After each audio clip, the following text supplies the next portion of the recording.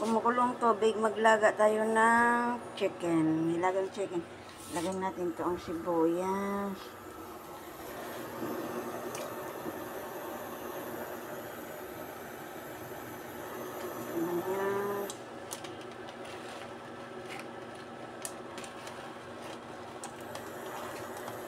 Buong paminta.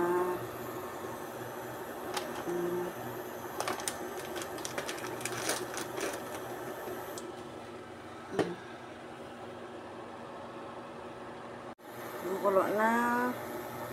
Ilagay na natin ang chicken. Konti lang to guys. I-try lang natin ito magluto ng nilagang chicken. Ilagay natin ang manok.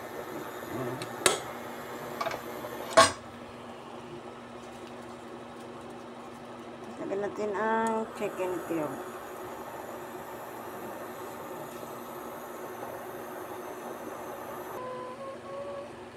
Okay, buksan natin.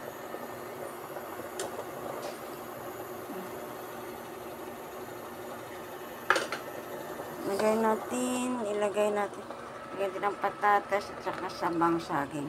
Ilagay natin ang patatas at saka yung saba.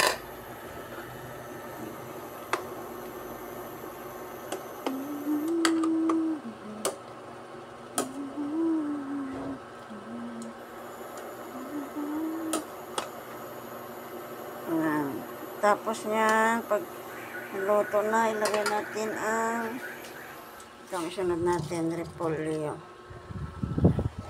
Okay.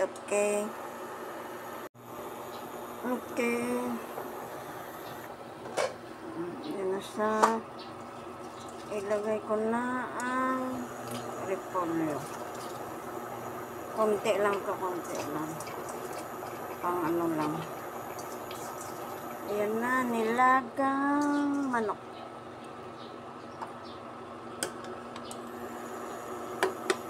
Nilagang manok, may saging na saba at patatas. Para may sabaw naman. Pero yung manok, inano ko muna ito. Gintrito ko muna ito ng kukunti para hindi masyadong ano. Yan na, okay. Yan na. Kainan na.